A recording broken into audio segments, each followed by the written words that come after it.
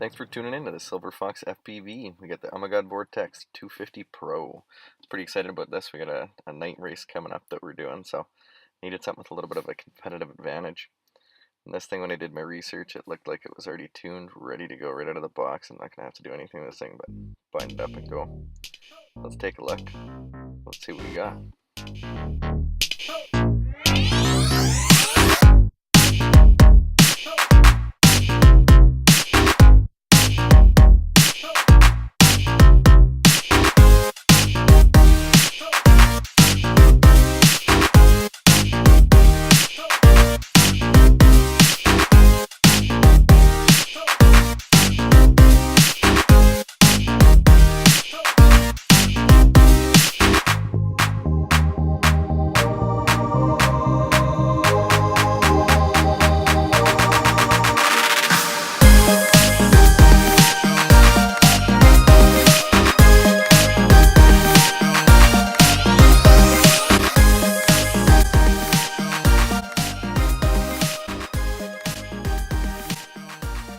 I got so many good things to say about this quad, I don't even know where to start, but we'll go through a little bit of what Ummagawd, or Tommy, has done to the already amazing Vortex 250 Pro racing quad.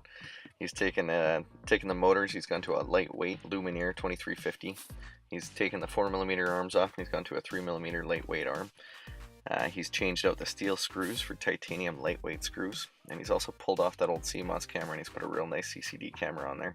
It's got better light handling, it's got a GoPro lens, so it's actually a really nice wide angle lens, so when you're going through gates it gives you lots of visibility. Not to mention he's added the purple flare to it all, purple quad blade props. It flies phenomenal. The props handle really well, it's dialed right in. He's put his PID settings in there right out of it, so it's pro tuned right out of the box. I'm just going through a couple of things here. I bought a couple extra props. I've also used a Spectrum AR7700, which has PPM out, so any of you Spectrum guys out there, you can actually use the AR7700 right in the back, and it's got a PPM input, so you can just plug one wire in and go. So it does come with two sets of quad blade props, so they're 5x4x4s, HQ glass fiber props. They handle really well. There's not a lot of flex on them. They do shatter, though. I did notice that. Touch down a little bit. I snapped off a couple of blades. Comes with an extra set of stickers, your battery pad to keep your battery from sliding around, a couple extra cables for if you want to hook up a different receiver.